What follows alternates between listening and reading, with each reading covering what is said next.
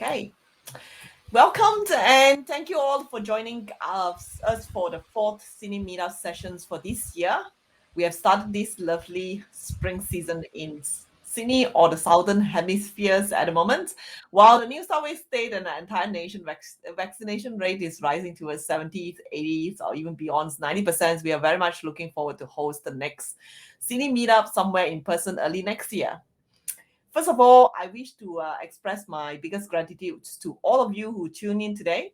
We have reasonably good registrations, hopefully also turn up for our sessions today. Thanks to all your support. Next slide, please, Royston. Let me introduce you again, all our Cine Meetup leader. If you have not known us yet, if you have any questions or feedback, please feel free to contact us anytime. If you're not a Cine members yet, we welcome you to join the group or chapter so that you will get notified for all the future events. You can easily contact us by navigating to the Cine Meetup group link here. Next slide. We are very honored today to have invited Saurabh from the Insurance Australia Group, IAG, to share with us all the tips and tricks on how you can animate the provisioning of Cloud Hub iPaaS and components by combining the infrastructure of codes IAC approach with Anypoint platforms. And next slide. We'll be starting off with a few key announcements while waiting for many more attendees to join in before diving into the speaker content today. I hope all of you stay until the end of the sessions as we have a trivia contest at the end, and we'll be giving away many wonderful MuleSoft prizes and goodies to the winners. Throughout the sessions, all audience line will be muted. Please post any of your questions via the Q&A link share on the chat window. I will do that in a moment. We won't be picking up questions directly from the chat panels today. So please use the Q&A link that soon I'll be sharing out the link. The presenter slides and recording will be shared within 24 to 48 hours on the same event page that you register for these events today. Without further ado, I'm handing over to Royston to start our announcements. Excellent. Thank you very much, Eva. Good afternoon, good morning, good evening, wherever you are joining from today. Thank you once again for joining us. So I'll kick off. Again, my name is Royston Lobo, and I am one of the co-leaders of the Sydney Meetup group. So I'm bringing some announcements that are hopefully relevant and useful for you to know as being a member of the MuleSoft community. Let's get started with Meetups. So clearly, you are all aware about MuleSoft Meetups since you're currently attending one. However, we do have Meetups that are running all around the world. And I just wanted to call out that there are a few new Meetup groups that are looking for speakers.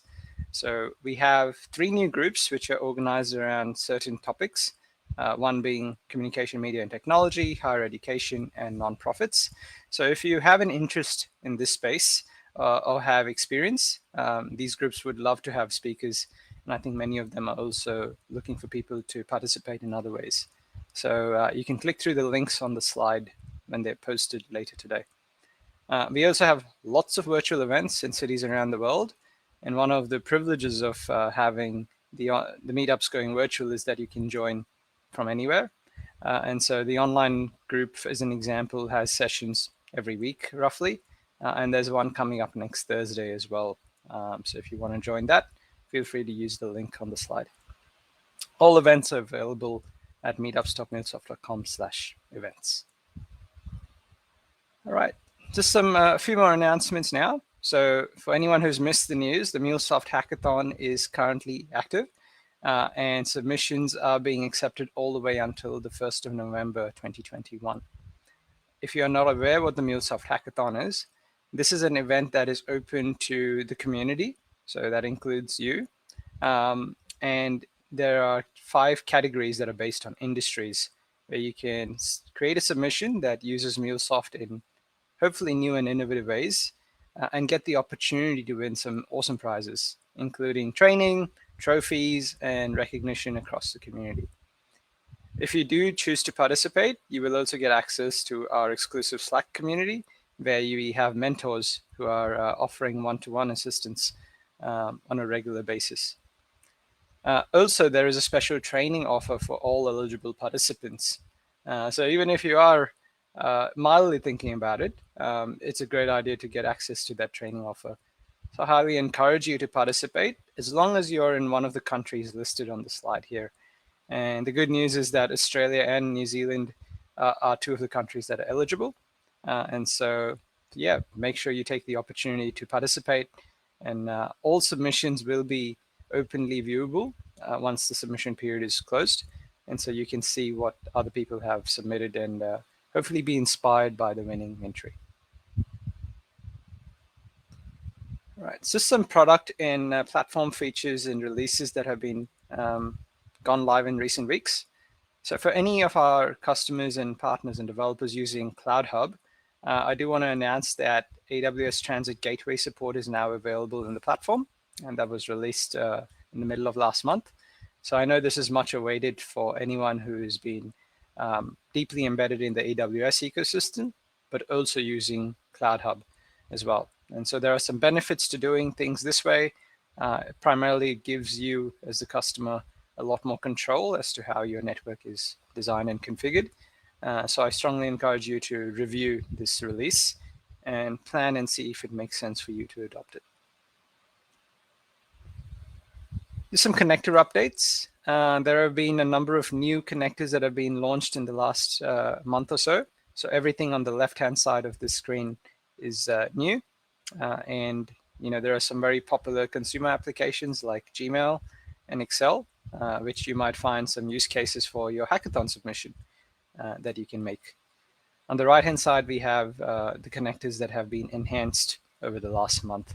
And so if you use any of them, or if you're planning on using any of them, I strongly encourage you to head over to Exchange to get all the details about these connectors. Moving on to Catalyst Knowledge Hub, I just wanted to put a reminder here for people who don't often or have not used Knowledge Hub in the past. Knowledge Hub has a new interface, and it's now Catalyst Knowledge Hub 2.0. More than half our customers have used the latest version, and I strongly encourage you to log on and check out the assets that are available in there. As a technical architect, I get a number of questions every week asking me for best practices and how to do things. Knowledge Hub is an amazing repository to get that level of information. So I often look for these things myself in Knowledge Hub. And so I strongly encourage you to look at the video that summarizes the new Knowledge Hub, as well as go on Trailhead for the module that covers how to use it as well. This is available to all MuleSoft customers and partners. So if you don't have access to either of those, hopefully you can inquire within your organization, or you can reach out to us as leaders and we can share more. All right, moving on to other features that are worth knowing about. So if you have not enabled multi-factor authentication in the Anypoint platform, I want to make sure you're aware of it. And this is a feature that has been rolled out last year almost. And it's very simple. However, if you have automation users, like Saurabh is going to tell us about soon, and you're using username and passwords and mimicking a human user, this might break some of your integrations and pipelines. So just before you enable it, please try and understand what the impact is going to be. And if you're not using connected apps, this is an excellent opportunity to review your usage of connected apps. Multi-factor authentication is going to be mandatory for anyone who is not using single sign-on in about a year's time. So it's better to be ahead of the curve on this, especially as it makes your platform more secure. All right, covering some more enablement content that exists in the community. So once again, Friends of Max is a short video series of videos, typically 5 to 10 minutes long, covering a variety of topics.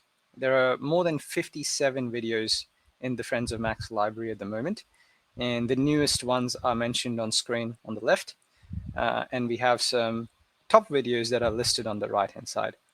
So they cover everything from how to best use Anypoint Exchange to looking at how to do batch processing in Mule4. For anyone who has not upgraded to Studio 7.10 and is using Mule4, it's quite useful to review that video to understand what's new. And if you have not adopted the new Teams feature in the platform, then the third video on the left-hand side is very, very new, so about a week old now, and tells you all about the Teams feature and what it means for you to evolve from using groups to teams going forward.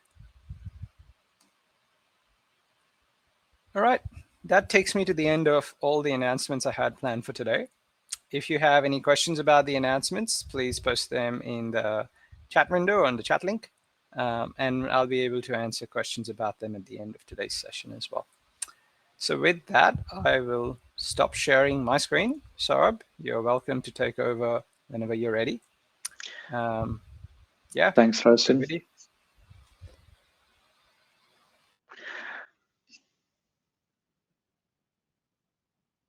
Are you able to see my screen now? Yes, I am. Cool. Perfect. Hi, everyone. Well, I'm Saurabh Chaubey, and I'm an integration and platform architect at IAG, Australia. I'm passionate about a few things, and platform automation is one of them, about which we are going to talk about in this session today. Well, here's the agenda of things we are going to cover during this session. Okay, before we talk about why we need automation, I mean, like, why do we actually need automation? So these are a few common manual pitfalls which take place, which you might have encountered while provisioning the resources in Cloud Hub.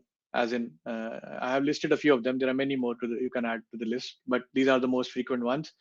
One of them is missing out on applying the API policies in API Manager, and also the asset version binded to a API instance in API Manager might be stale and is out of sync with the exchange.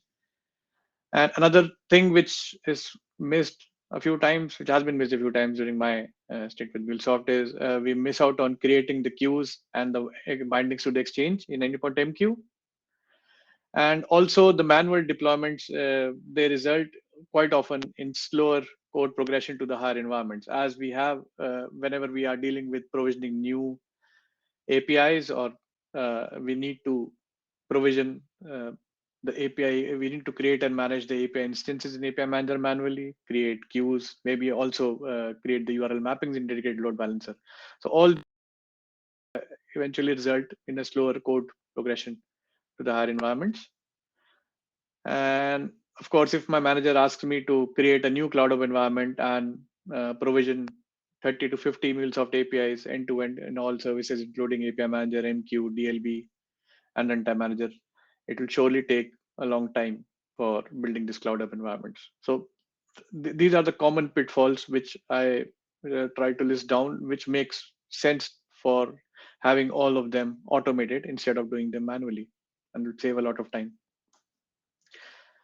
So before we dive into the actual automated provisioning, just wanted to list down the life cycle of a MuleSoft API. As in, the business logic of the API, it lies within the MuleSoft applications, which the development team takes care of. But a MuleSoft application is also dependent on the services like API Manager, where the API instance is hosted and the API management take place. And similar to API Manager, we have Anypoint MQ. Quite possible our MuleSoft application is dependent on some queues and exchanges binded to them.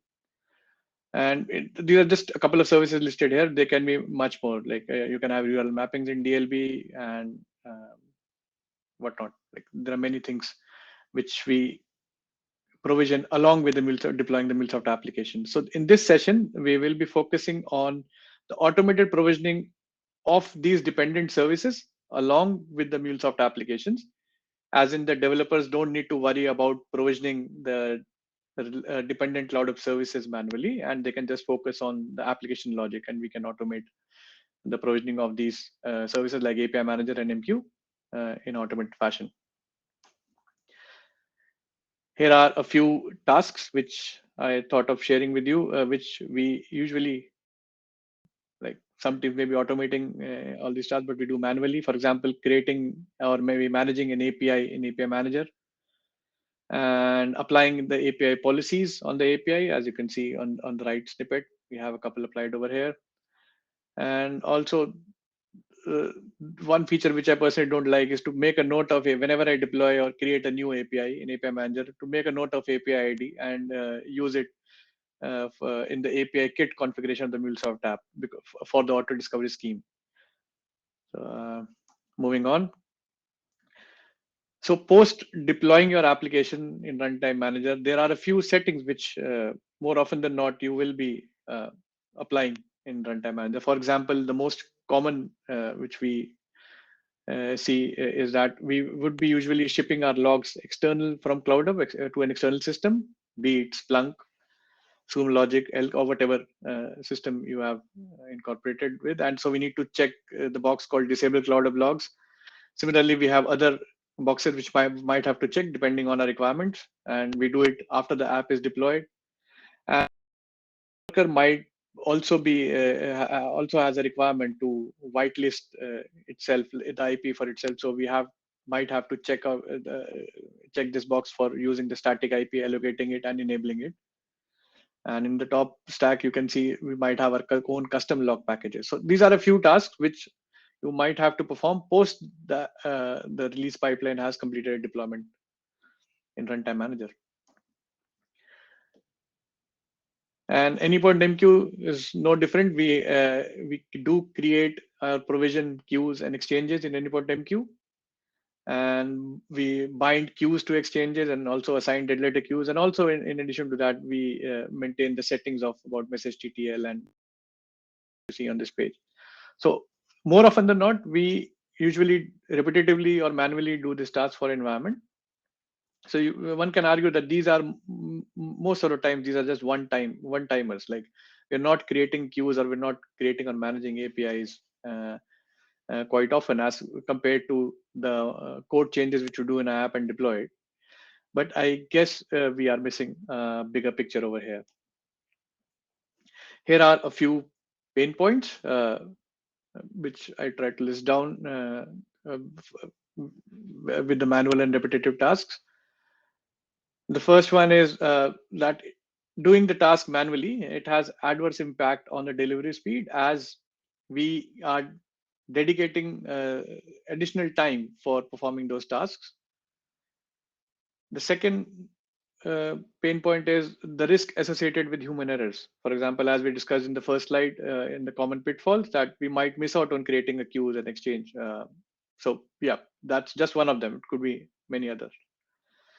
And the next one is regarding the environment configuration inconsistency, as in if we are permitting the devs to make the changes manually, be it related to the worker size or the worker count. That's just an example. So they are all dependent on the type of environment. For example, a dev environment might be, we might have a governance of dev environment would have micro type workers and maybe one worker per API. But the staging one should be more prod-like and it should be highly available. But if we perform these tasks manually, we might not be managing consistency or governance across environments. There is a bit of inconsistency across environment configuration, the risk of that. The most important one, according to me, is that the accountability and traceability. In a way that the team across is not aware. I mean, like there's no visibility across the team as what is the current state of the environment, what changes are being made to the environment in the resource provisioning, and who made what. So yeah. Okay, wouldn't it be awesome if we could spin up an entirely new CloudHub environment and provision all the required resources which we discussed earlier, be it API Manager, MQ, or whatnot, simply by reading environment configuration file? It sounds similar to if we could adopt the infrastructure as code approach to provision a whole CloudHub environment. Before moving further, let's take a look at what is infrastructure as code. So it is an approach by which we can automate the infrastructure management and provision all the required resources simply by reading configuration files.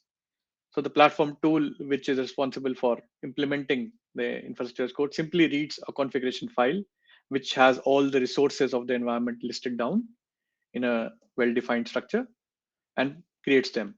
on your web instead of going ahead and manually creating and missing out on a few resources. So the biggest benefit is it solves the problem of environment drift. At least you are rest assured like what environment has what kind of resources. There are no surprises of an MQ being missed out on environment or API is not being managed with the right asset version. The biggest advantage of implementing or adopting IAC or infrastructure as code is that the configuration files are version controlled.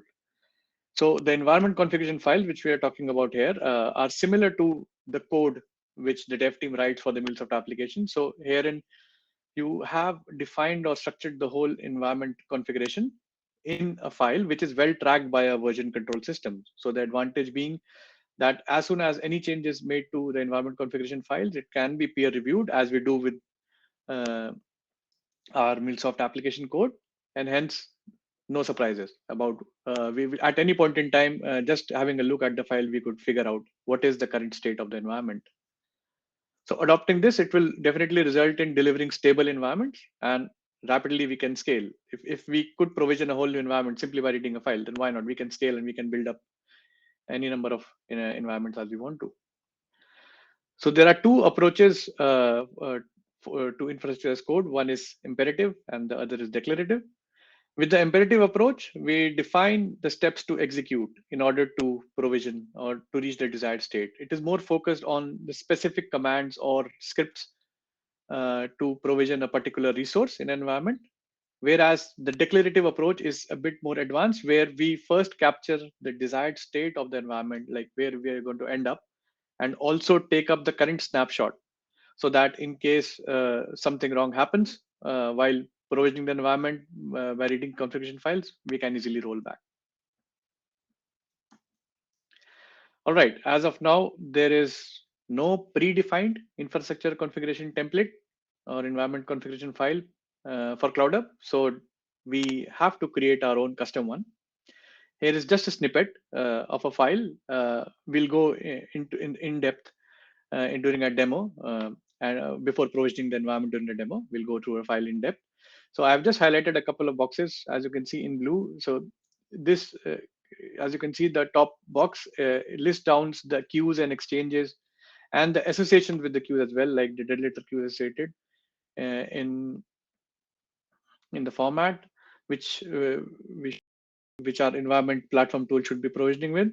And at the bottom, you can see the list of applications which we should be deploying in this particular environment. And special note, you can see that there is a special section called API, wherein you list down the asset ID, the exchange asset ID, which you're going to provision, the version and the API version. And you don't need to worry about the API ID, which the tool which reads up this file will take care of. I mean, while processing this file, will take care of what API ID should be injected in the system properties of the app. For this demo and for our implementation in IIG, I chose YAML, but you can choose JSON or any other format for the infrastructure configuration file. I like YAML because it provides the YAML anchoring. I love it for reusing the components and not writing stuff again and again. Here are a few things which we should keep in mind while we are creating our configuration files, because it's a custom one. It's nothing out of the box. So it will definitely differ from organization to organization, depending on the Anypoint platform subscription you would have and the governance in place. So first and foremost, the files which you define as configuration files should be easily extendable for future environments to be provisioned. And the next one, which we discussed earlier as well, they should be tracked in a version control systems to get a better state. Like at any point in time, you can just fetch the file and get to know the current state of any particular environment. And the definition and the structure of the file should be well structured in a way that by reading any tool which can read the file should be able to provision or maybe tear down the environments as well. All right, defining the files was pretty easy. I mean, like it's no big deal in just defining configuration files, but how to parse this file and provision environment resources. Do we need to build our own custom software tool and maybe check with MuleSoft on how can we leverage How can we build a custom software tool which can provision resources in Cloud Hub? Well, yes, we do need to build a custom software tool, but thanks to MuleSoft, we have Anypoint APIs, API platform APIs, which we can leverage in our custom tool, which actually they're a set of RESTful APIs which enables you to programmatically access any functions or any functionality of API manager, runtime manager, MQ, and many more, maybe DLB, dedicated load balancer, VPC setup, and many other things. So there is a way by leveraging the RESTful Anypoint Platform APIs, we can access or provision the dependent cloud services that listed here. And as you can now, you can imagine that all actions, whatever you perform in Anypoint UI, they implicitly invoke the platform APIs. So rest assured, whatever you can do from your Anypoint UI, Anypoint Platform UI, you can do using the platform APIs. As a result, it gives you immense flexibility to automate the build or tear down of a complete environment and not just specific resources. All right, so we do need, so it seems like after going to the previous slide, we do need to build a wrapper over Anypoint Platform APIs, as in like as we have to process a configuration file as well. So where to start with? How can we start with it? So the first step is to define your environment configuration file, and that should be done very diligently, as you're not going to, you're not supposed to change that file quite often, the structure of that file. And then you build a parser for the environment configuration file in any programming language you prefer.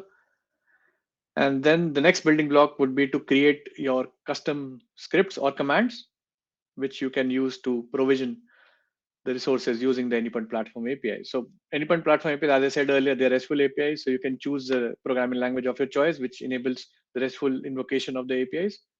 And you can build your custom scripts over that.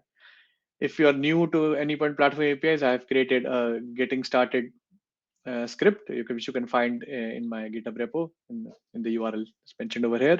It also contains the list of useful resources like Anypoint Platform API Exchange asset, so where you can have a look at what all actions you can perform in Runtime Manager, API Manager, MQ, and many more.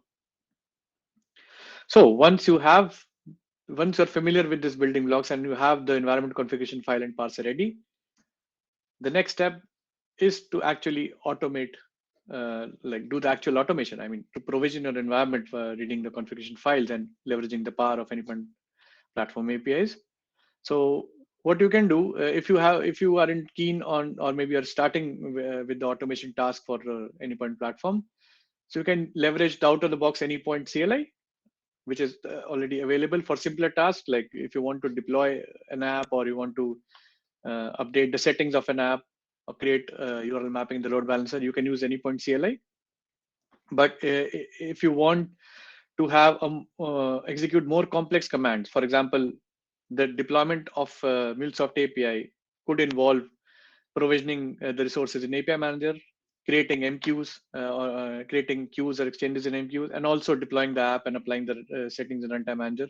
You can create your own command line interface, which is very common because it's easy to embed the CLI to your release pipelines and whatnot. So which facilitates the easier and structured provisioning of the platform. There are many, you don't need to worry about creating a CLI from scratch. There are many tools available as CLI builders, which you can use to create your CLI. I prefer Oak Cliff. It's a nice tool to go by. So you just focus on the actual commands or the API invocations, and the CLI building tool will take care of the management of CLI. Moving on, you can, if you want to take the automation to another level, you can even build a Slack command to trigger automated provisioning. Well, during my stint in Deloitte Platform Engineering, along with some like-minded peers, we created a Slack command which read the release Jira and the Jira comments from Atlassian Jira using the Jira APIs, and fetched the list of applications to be deployed in a respective environment, and then leverage the Anypoint Platform APIs to do the provisioning. So it was pretty awesome. As from Slack, we did we just gave a Jira number, which was the release Jira of ours, and the provisioning happened in the background as a result of executing the Slack command. And another fun stuff which you can do with Anypoint Platform APIs is you can create your own Alexa skill to know the status of the deployment, like what is the current status, or maybe if you want to kick off an action on your Anypoint Platform environment, you can do that as well. Okay, so now let's move on to the demo. Well, first we'll go through an environment configuration file. By reading that file, we have our own custom CLI here at IAG, which actually provisions the APIs in APIs Manager and changes in Anypoint MQ, deploys app, and applies the post-deployment settings in Runtime Manager. And once all of them is done, yeah, we can execute the teardown of the environment, which performs the steps in the reverse action. I mean, like it undeploys the apps, deletes the apps in Runtime Manager, deletes the queues and exchanges, and unprovision the APIs and make it available, make the environment available for provisioning by a separate team. Just keep.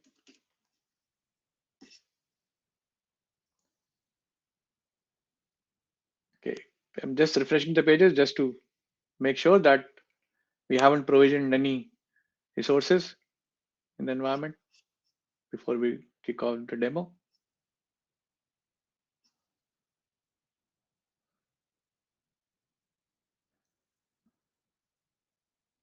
Yeah, all right. So before we move on to having a look at the configuration file, I just want to share with you like what all our custom CLI, what the custom CLI which we have built here, what all functionality it can perform. So as you can see, this is a list of the commands which it can execute. You can apply API policies explicitly. You can apply the post app deployment settings. And a more powerful one is you can build a whole new environment which does everything. I mean, for an end-to-end deployment of a MuleSoft API, it takes care of API Manager, MQ, post-deployment app settings, and whatnot. And the other command which we'll see here today is the teardown environment. So in this demo, I'll go through the build environment command and the teardown of environment. So let's go have a look at the configuration file. So as you can see, what we are going to do, we're going to provision the resources in an environment, cloud environment called dev2. So the structure of the file is similar to the one which we saw in the presentation. At first, we have the queues and exchanges listed down over here, and the relationship between the queues and exchanges, the queue test Q1 has a dead letter queue associated with a test queue DLQ, and also the exchange has a queue binded to it. And then moving on, you have the resources to be provisioned in Runtime Manager. So it has two sections. The first one is about the default settings for the environment. For example, as we know that this is a dev environment, so as per our subscription, we prefer the cloud of worker type to be micro. Although these settings can be overridden below while defining the app, because it could be possible, very likely, that one of the apps would require a higher V core, maybe small or what. So these we define the common properties for the specific environment over here. And also this configuration file is a good place to kind of ingest the secrets, like the encryption key for the environments in our CI/CD pipeline, and the Anypoint Platform's client ID and secret for the specific environment. Okay, moving down, here's a list of applications which we will be going to deploy. So there will be two applications which will be deployed after reading this file by our CLI. One is the sample customer system API, and the other one is Hello World. So as you can see, there's a subsection for every MuleSoft app called API, where you define the exchange asset ID and the asset version, which you're going to provision, the API version, and the API policies. These will be the policies which will be applied to the API instance in the API manager.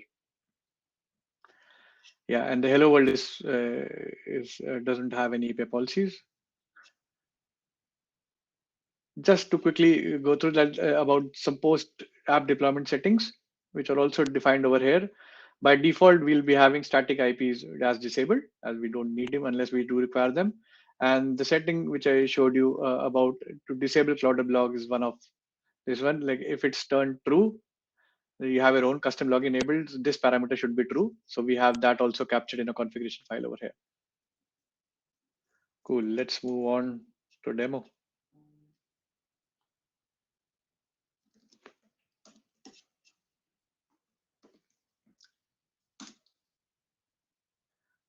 Okay, so just for accidental, to avoid accidental building of environment, because we are doing a lot of stuff, it's good to have a confirmative command in place if you're doing it locally from your machine.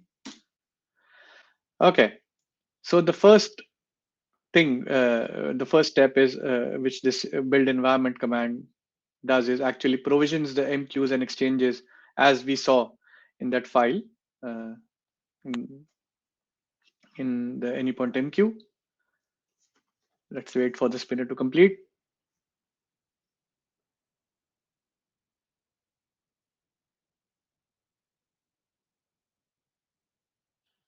Okay, let me refresh.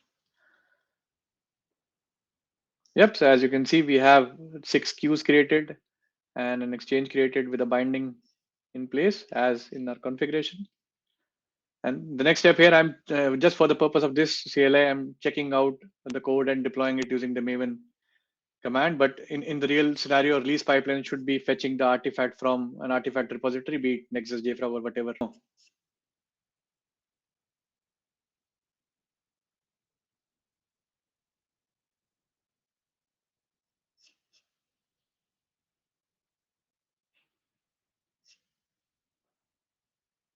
Sorry about that. Give me a sec.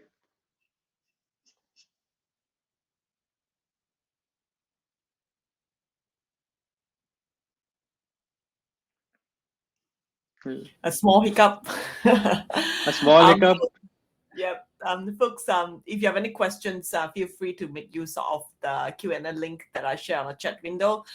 Post any of the questions up there. If you have time, we'll help you to address any of the questions posted.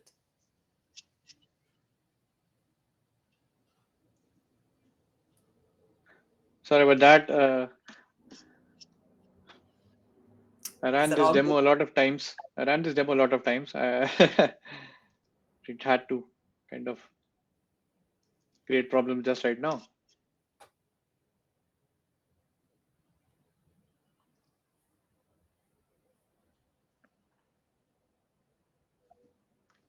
Okay, let me just tear down the environment. So tear down, we'll do the reverse. First, let me do the cleanup as well. There are no apps over here, so it won't do much.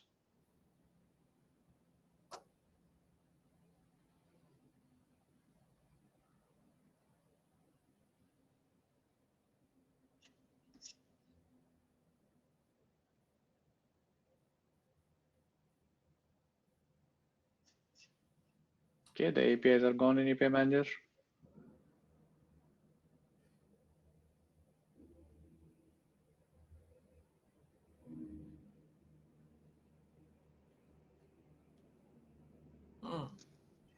Okay.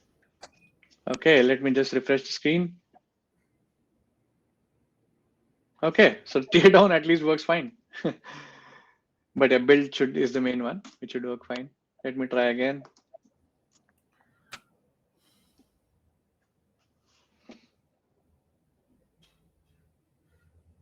Well, I have a disaster recovery video as well recorded, so just in case it doesn't create more problems, yeah, I can play that.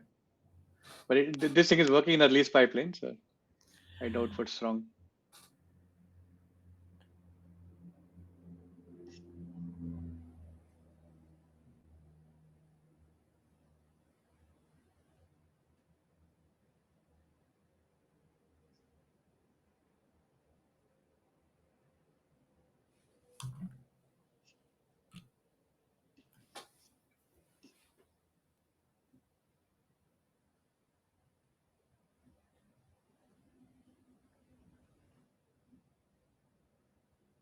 Okay, the APIs are created, and as you can see, they are unregistered at the moment. Of course, we don't have an app. bind it to these APIs.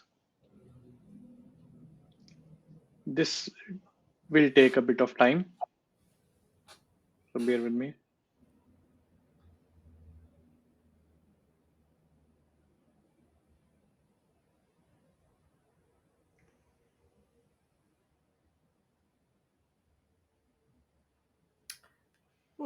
Is that unusual that it takes that long? All this? No, it does. It does take a long, like MuleSoft app deployment runtime manager. It usually takes. While waiting for it to finish off the deployments, would you want to move on to a different part? Yes, that's right. Like till you're right. Till the deployment goes on, maybe we can move on to the next slide. Yeah. Cool. So as in the demo so far, what we have seen is more or less an imperative approach, wherein we have commands for performing specific actions. And as you saw, if one of the commands fail or something happens, it's not quite often very easy to troubleshoot.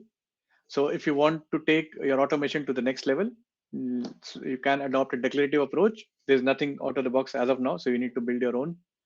Wherein using the declarative approach, it enables you to preserve a snapshot of the environment before it's built or teared down. So you know the state of the environment to what it was. If something goes wrong, it's easy to roll back. It is it's exactly the work which we do in Terraform or CloudFormation, where we create an execution plan or change sets. So you can have, in your own implementation, you can adopt that approach as well. And this actually facilitates the automated rollbacks without any manual intervention.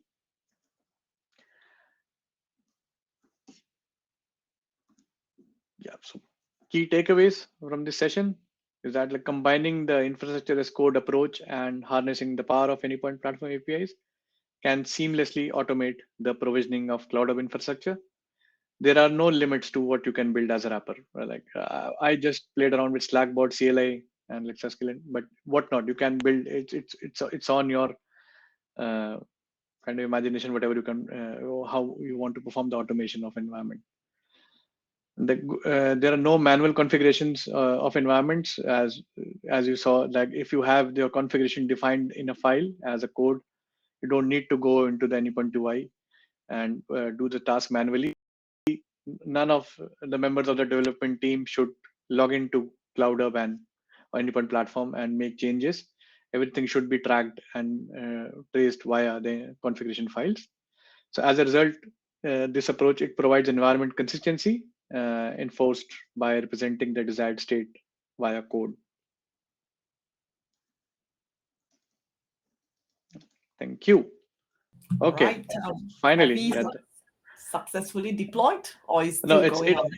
No, it has started deploying. So as you can see, the first phase of deployment here is just simply deploying the app, and the next phase will be where it will actually perform the post-app deployment settings.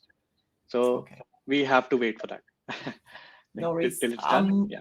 In the interest of time, I think we just switch it to the Q&A, because I think folks is pretty familiar with the runtime and Anypoint. So I guess the remaining, if everything goes smooth, it should work as expected. So once it's deployed, it should be up and running. Yeah, it should be. Yeah, all good. Would you mind just stop to share? And I'll post up. There are a couple of the good questions that our folks has posted, and I'm keen to get that addressed before we end off the sessions. Okay. All right. We'll try our best to answer all your questions, but if you have any other things, continue to post it on this link. I've shared it on the chat window. So make sure that we try our best to actually address your questions. Or Saurabh, today the domain expert. So the first questions, let me present it out. Can we embed environment tests with the provisioning command with the CLI? What do you think, Saurabh? Environment test, is it about is it about the post provisioning of environment? Like once the environment has been provisioned, do we do a set of sanity test? If yes, then yeah, assuming that it is yes. Yeah, then of course, yeah, it's a good approach actually, to be honest. If after the provisioning we also do a sanity, and there is one more thing which we can do even before provisioning, as maybe have unit tests for our environment configuration files. so that we are sure that we are aligning with what we are supposed to deploy in the environment. I mean, our configuration file should not be exposing some wrong configuration. And after the commands run fine using the CLI, we should have a post sanity check as well enabled from our pipelines. And we can use Anypoint Platform APIs for that as well. Yeah. Sure. Okay, I will post another question, same with Alok as well, with regards to CLI. This is the second question Alok has posted. Okay, how does the CLI handle long-running tasks and timeout? Does it poll out for status or listen to events? Well, as of now, the Anypoint Platform APIs, I don't know if there is any API which depends on, I mean, like which is event triggered. They're all kind of synchronous in a way that as we don't have to wait for the deployment to be complete, except the post-app deployment. But that's the only one which I've encountered so far. Like whatever app settings we deploy using the CLI after the app is deployed, for that the API returns immediately. And there are a few Anypoint Platform APIs which we can poll for the status about the app. So yes, we have that as well with us, where we poll for the status. So I don't know if there is a webhook exposed via the Anypoint Platform APIs, but we do have the polling mechanism in place provided by Anypoint Platform APIs. Good, thanks, Saurabh. Let's jump to the next questions. Can we verify changes before applying them? Yes, that was exactly what I was referring to in the first slide. So as soon as we commit the changes in our configuration files, so we should have a suite of tests running to verify the changes, and we should have test cases running in our pipelines and build pipelines for those files to be rest assured that it's not that provisioning of environment from files is all done. We should validate our changes in the file as well if they align to the definition or structure or governance which we have agreed upon. Okay, let me go to these questions first. So it's more like a straightforward questions. So once the infrastructure is created, can we update some of the settings? Yes, and all updates, whatever update we do it as we do in our code base. We branch out from the repository where we have hosted our configuration files. We make the changes, get it reviewed, approved, and then just run, let the pipeline run, which applies the changes done to that file. So everything is well tracked and governed in that way. Thanks, Saurabh. Royston has posted a questions. I'll pull out Royston's questions today on your topic. Okay, this is a very good question. How much effort would you estimate it would take to implement this in a customer with no existing automation in place? To be honest, if we think about this kind of automation in phases, for example, the first phase could be to deploy the MuleSoft app and apply the post-app deployment settings. If we do in stages, so to build the foundation wrapper, I don't think it will take more than 2 weeks. 2 weeks is also has a buffer in it. And then if you have defined your configuration files diligently, then you can keep on building over that implementation to take it to the next level, move on to the API manager, then to the MQ. That's exactly how we did it here at IAG. So now we have a full-blown configuration file, but that went on in stages. So the initial effort, I would say 2 weeks. If you're my manager and ask me, 2 weeks to get an API app deployed with the post-app settings deployed by reading a configuration file. Yeah, thank you. I guess this is last question so far posted. It's a little bit of the roadmap questions. Royston, feel free to chime in if you have any comments or thought around that. But Saurabh, what do you think? Royston. Well, definitely, we would love to have something like that. Maybe Royston, you can help me answer that. On this particular question, there is nothing on the roadmap that I'm aware of or can reveal, so I cannot confirm or deny that anything exists to make this easier. However, there is a team that exists specifically on developer experience. And so the Anypoint CLI is the primary method and mechanism that is used to do that. And I think, as Saurabh mentioned earlier, the team that builds the platform and engineers it, they primarily focus on doing so using APIs that are extensible, which allows people like Saurabh to build on top of it without constraints, or with minimal constraints. So yes, I think it always helps to have MuleSoft provide as much as possible. But at the same time, I think it's more important to make sure that the ideas that people like Saurabh have are able to be executed. So if it isn't released and announced, I'll make sure to announce it at one of these meetups. But I think we can pass on that feedback internally as well. Yeah. And it's a great place to. I mean, it's a good reason to use the ideas portal for anything specific, at least so that there's awareness of what is required and what would be useful. I suspect Saurabh's not the only person in the world who's done something like this. Maybe not everyone has gone public. So it would be useful to share if you have built something, even if you're not allowed to share the source code, at least having knowledge of what's possible is very helpful for inspiring more people in the community. Thanks, Royston. Thanks for input. I saw that you have posted one more last question. So we have some time. Let's get Saurabh to address these with regard to the tools and repos. Yeah, I think I asked these same questions as well. Well, yes, unfortunately, not at the moment because this is a proprietary code of IIG. But like I have shared a sample repo, which will definitely get you started with Anypoint MQ and Runtime Manager and API Manager APIs. And if you are familiar with RESTful APIs and you know what the API contract is, I think it'll be fairly easy to extend that script. That's my opinion. Yeah. All right. Thank you so much, Saurabh, and thank you, folks. As with Saurabh has shared, is got a getting started guide. If any of you develop any sort of things like that try open source, we welcome you to really share it with our community so that people can reuse your asset. Meanwhile, I'm just waiting that we are. Someone has posted one more question. Let me see. Should we address this or should we jump into the trivia? You have any thought, Saurabh? You want to get that? This is going to be the last one. Is there a way to integrate with external workflow to know the current state? I didn't get the question exactly, but to know the current state, Anypoint Platform API is the answer to that. You have already APIs, you can leverage them to know the current state. And but I'm not sure. And if that's depending on your automation tool which you have defined, you can integrate with external workflow tool if you want to. For example, if you want to see the current state or the deployment state in a UI or which is external pipelines, I think you can do that. That's all depend on how you have architected your CI/CD workflow and where you want to view the current state of the apps. Alrighty. If folks, if you have any questions, feel free. I'm guessing that Saurabh will be very welcome for you to reach out for him.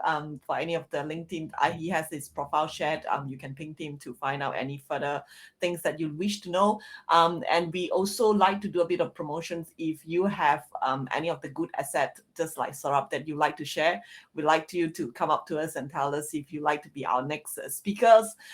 If you have a great customer success story leveraging on Anypoint platforms, we also love to hear your story. Feel free to reach out to us by either filing our forms or you can reach out to me or Royston's, and we can actually put you to the next upcoming event, being our valuable speaker. At the same time, end of these sessions, you're going to receive emails with feedback. Feel free to key in any of the feedback that you got. We try to improve the sessions every time when we host this meetup so that we can bring you the wonderful experience for future sessions.